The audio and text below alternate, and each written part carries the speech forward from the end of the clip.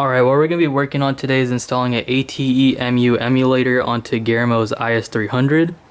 This process should be for a 2002 through a 2005 IS300.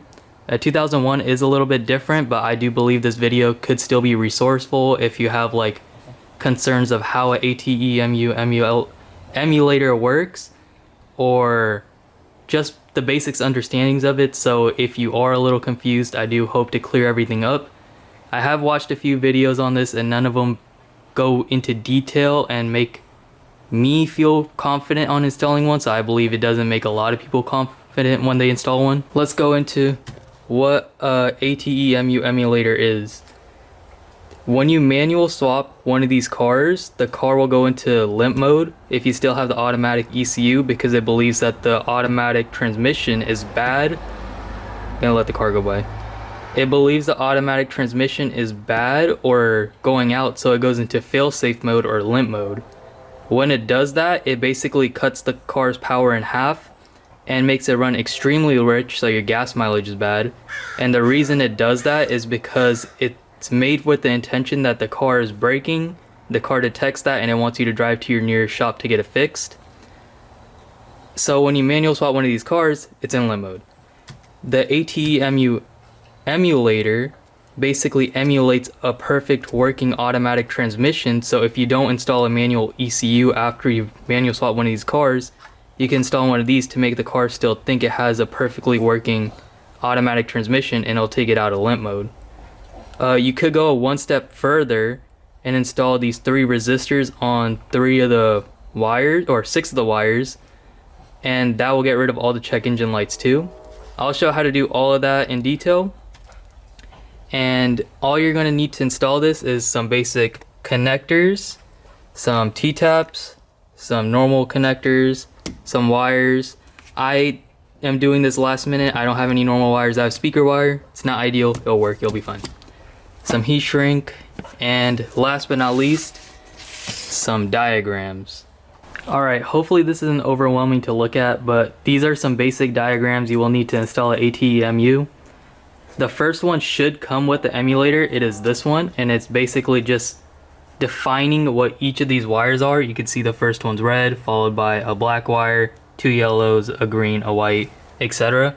This chart right here will go down and say pin number 1 is red, and it's saying to connect B plus to B plus on the car's automatic, or on the ECU. Pin 2 is black, etc, etc, etc. It's just this in order here. And then down here, it is basically saying this is the emulator, and these are not in the same order as this pinout, but you can see it says connect the oil sensor to the oil sensor on the ECU. You won't have any of this writing, this was me. And what you're gonna do after that is find a pinout for your car. In this case, it's the 2002 to 2005 IS300.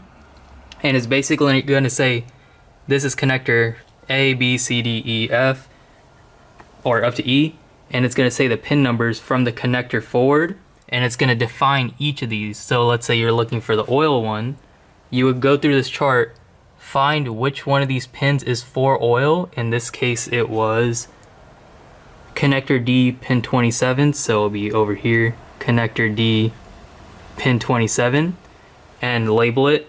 Instead of doing all that, what I ended up doing is making everything a lot easier, and I typed up a full list to follow step by step. So if anyone is installing this from a 2002 through 2005 IS300, it's a lot easier. And in that, I also copied the same connector layout so you can follow along.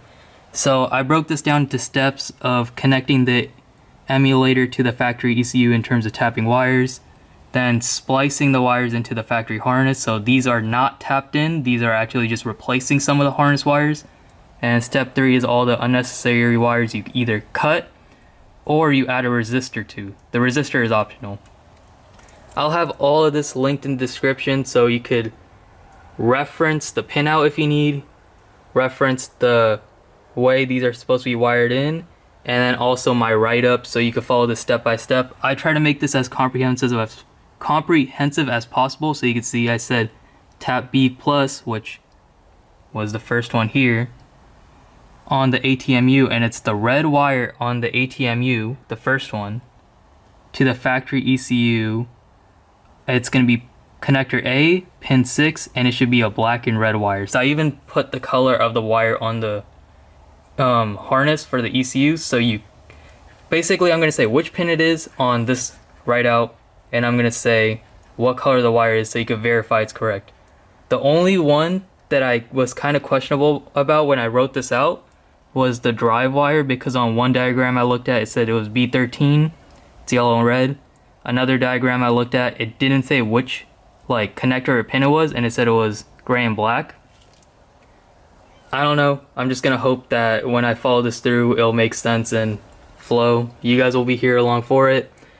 If you are installing the resistors, it'll be down here, so you can see I made a step 3 where you're supposed to cut the wires that are on the bottom or on the top of this diagram. It says to cut all these.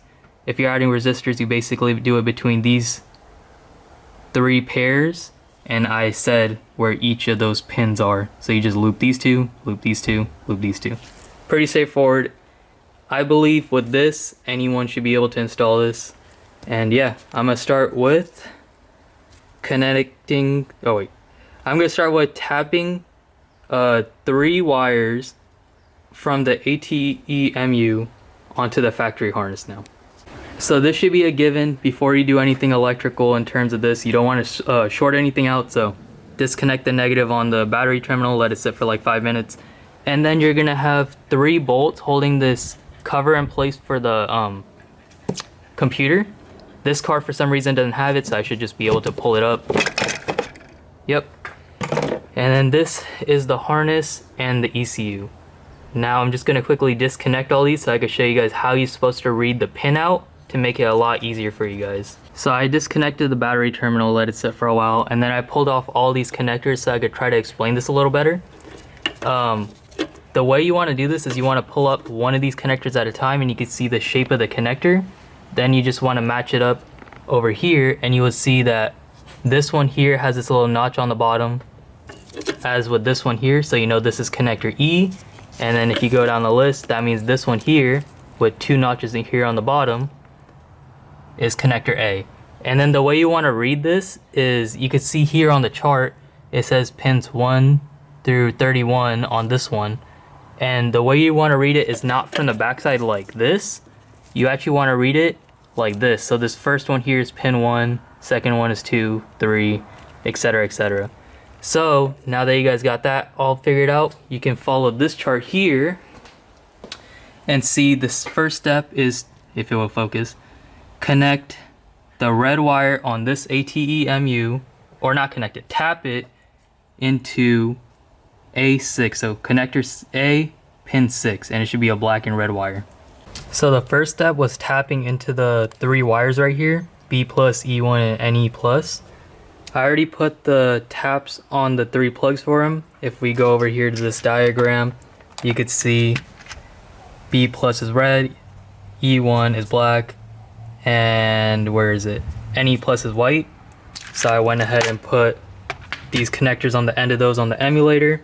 And then I grabbed these T-taps and spliced into the harness right here, where they're supposed to go on the corresponding pins on the list. And now all I have to do is plug those in, and then the tapping section is done. So now what we're gonna do is follow this up by the step of splicing the remainder of these wires in place of the factory harness on some wires on the car.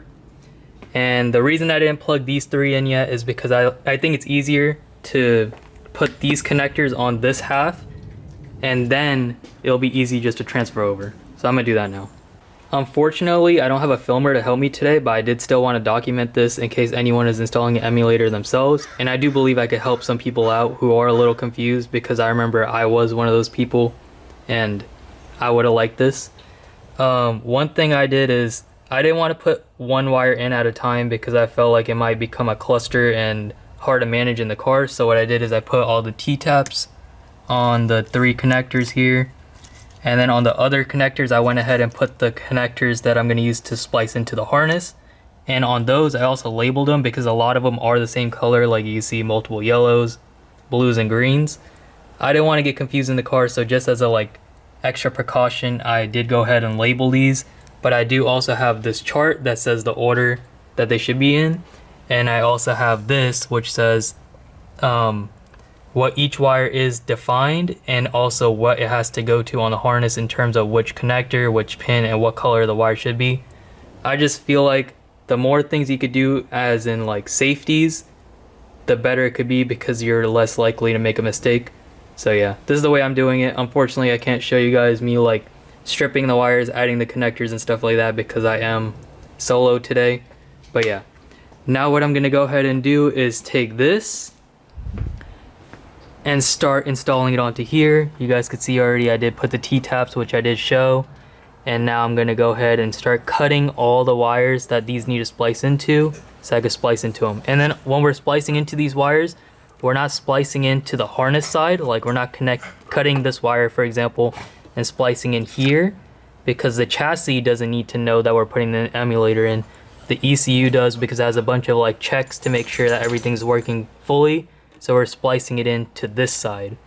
Hopefully that wasn't too confusing, and when I show what I did after, it should make a lot more sense. I just went ahead and finished connecting all the wires that go from the ATEMU to the harness. Every single one of these wires that need to be connected in place of the OEM harness was on the D connector.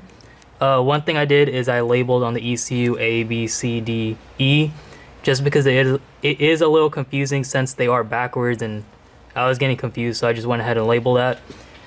The way you would do this is, like, let's say you're looking for example pin A3. You would, okay, better example B, because that one's plugged in.